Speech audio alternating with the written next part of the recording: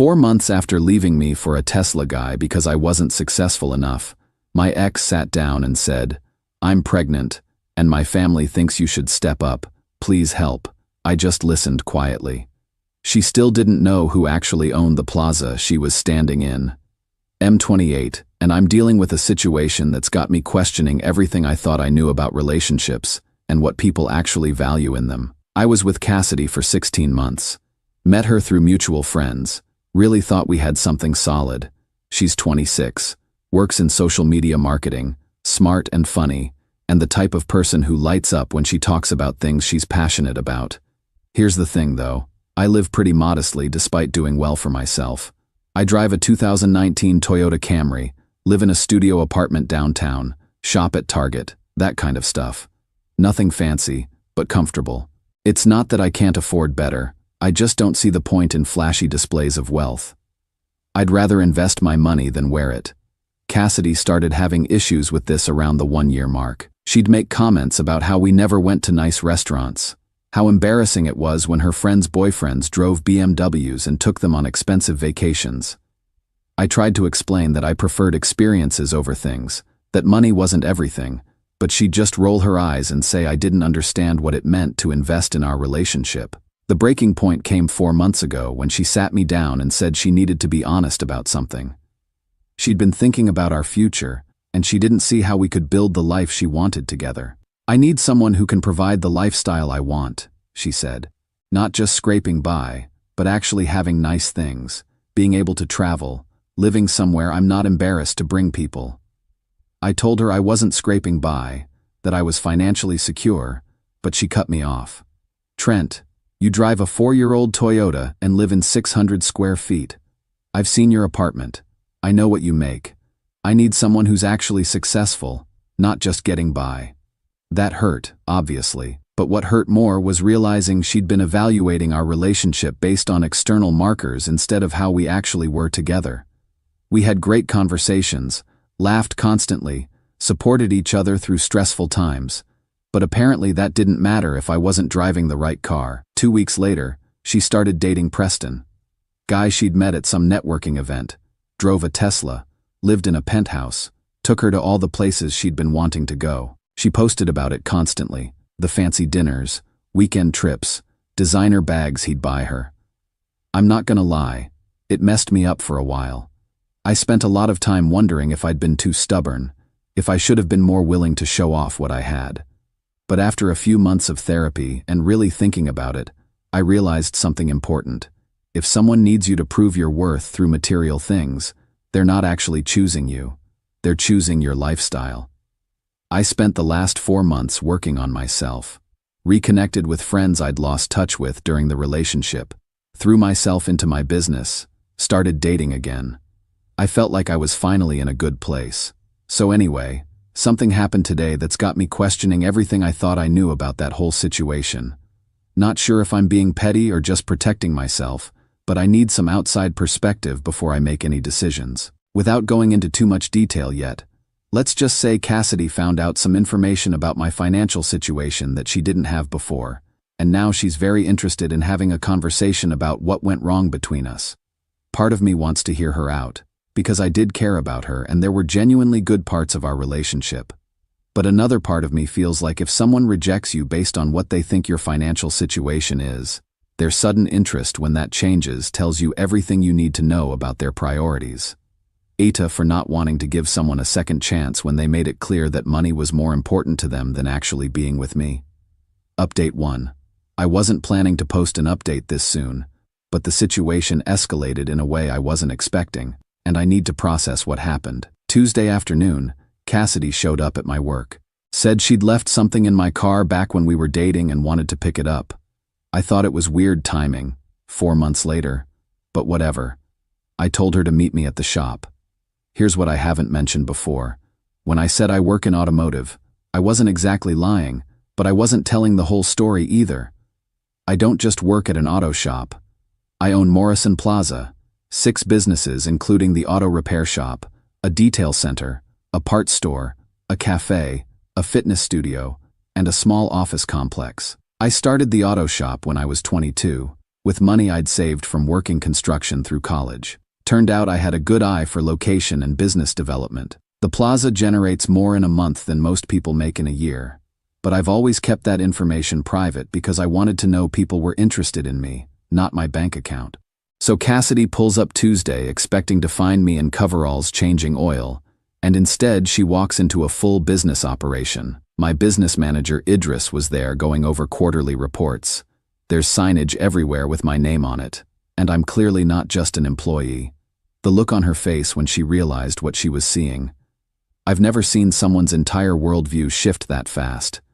"You own this place?" she asked, looking around like she was seeing a mirage. "Own the whole plaza, actually," I said, because there was no point in downplaying it anymore. That's when she really lost it. Started asking why I'd never told her, why I lived like I was broke when I clearly wasn't, how we could have had everything if she'd just known. "Cassidy, you left me because you thought I was poor. Do you see how that's the problem here? But you let me think you were struggling. We could have traveled, could have lived somewhere nice, could have had the life I wanted. You mean the life you ended up having with Preston?" She got quiet then. "That's different." "How is it different?" "Because Preston was honest about what he could provide." I stared at her for a long moment, trying to process that logic. "You're upset with me for not advertising my wealth, but you left me for someone who did advertise his?" That's when she started crying. Said she'd made a terrible mistake, that she'd been young and stupid and focused on the wrong things. Said if she'd known the truth, she never would have left, and that right there was the moment I understood exactly who I'd been dating for 16 months. "Cassidy, you didn't want me when you thought I was poor. That tells me everything I need to know about what you actually value. It's not about the money. It's entirely about the money. 4 months ago, you told me I wasn't successful enough for the life you wanted. Today, you find out I am successful and suddenly you made a terrible mistake.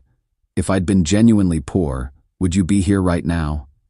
She couldn't answer that. My business manager was trying to pretend he wasn't hearing this whole conversation, but I could see him taking notes for what I assume will be an epic story to tell his wife later. The worst part was watching her try to rewrite history in real time. Suddenly, our relationship had been perfect except for the financial stress. Suddenly, she'd always known we were meant to be together. Suddenly, leaving me had been about fear of commitment, not about money. But I remembered exactly what she'd said 4 months ago. I remembered how she'd looked at me like I was disappointing her just by existing in my studio apartment with my 4-year-old car.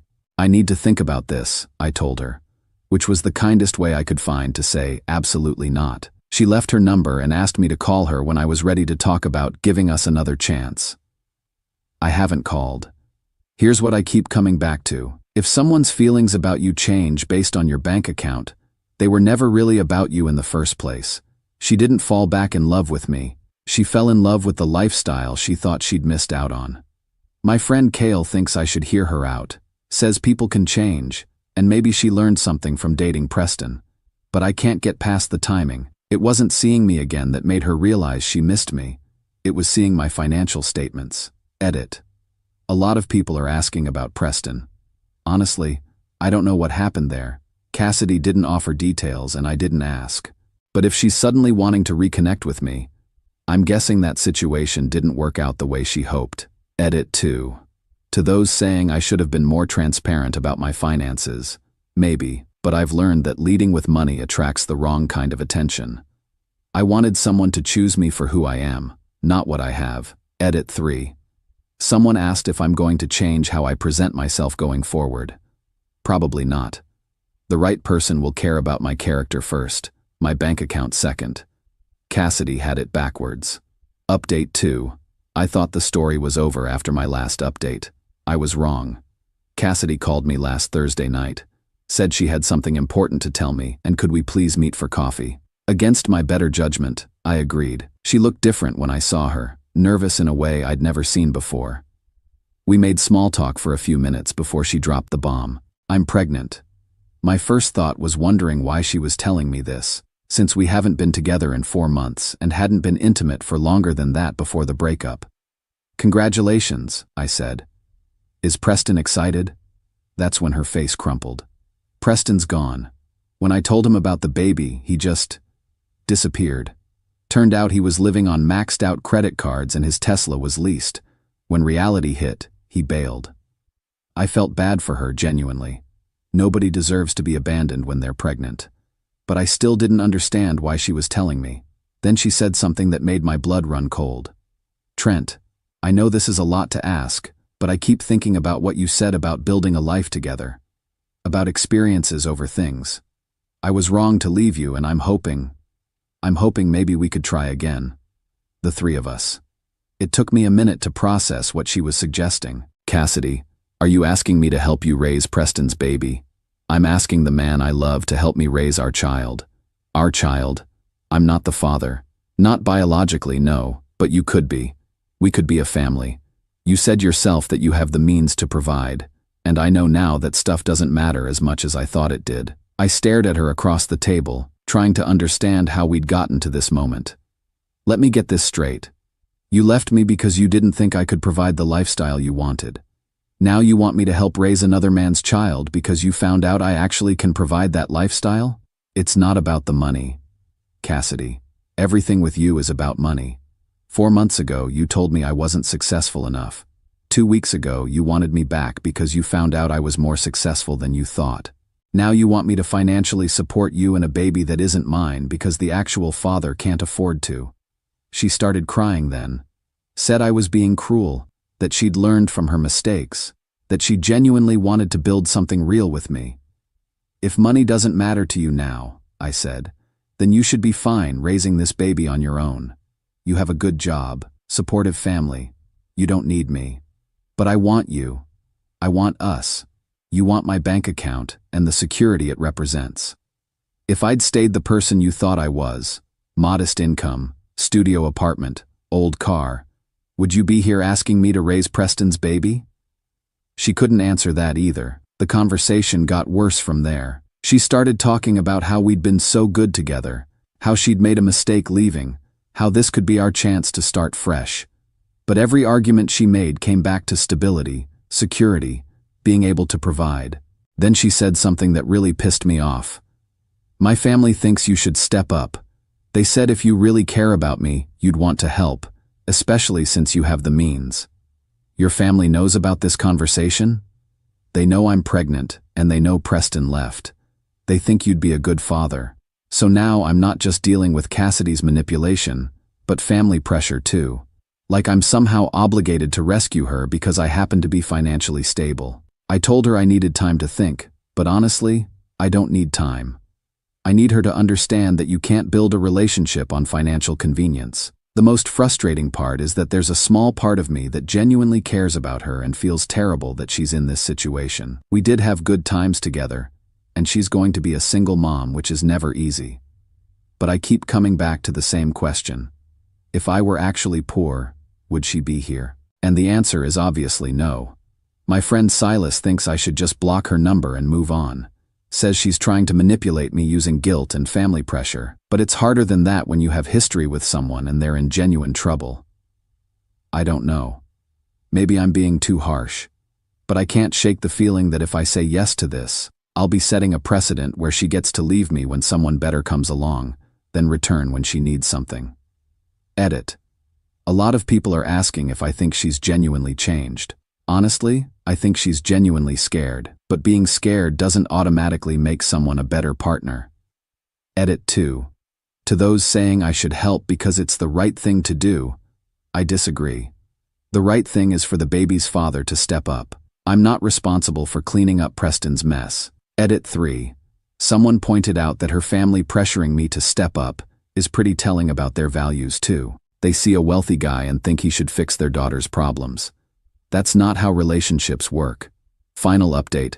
I've gotten a lot of messages asking for an update, and honestly, I wanted to close the loop on this because the conversation I had with Cassidy taught me something important about boundaries and what I actually want in a relationship. After my last post, I spent about a week really thinking about the situation. Not just the pregnancy and her request, but the whole pattern of how she'd treated me from the beginning. I talked to my therapist about it, talked to friends, even called my mom for perspective. Everyone had different opinions, but the question my therapist asked really stuck with me. If Cassidy had never found out about your wealth, what do you think would have happened? And the answer was obvious.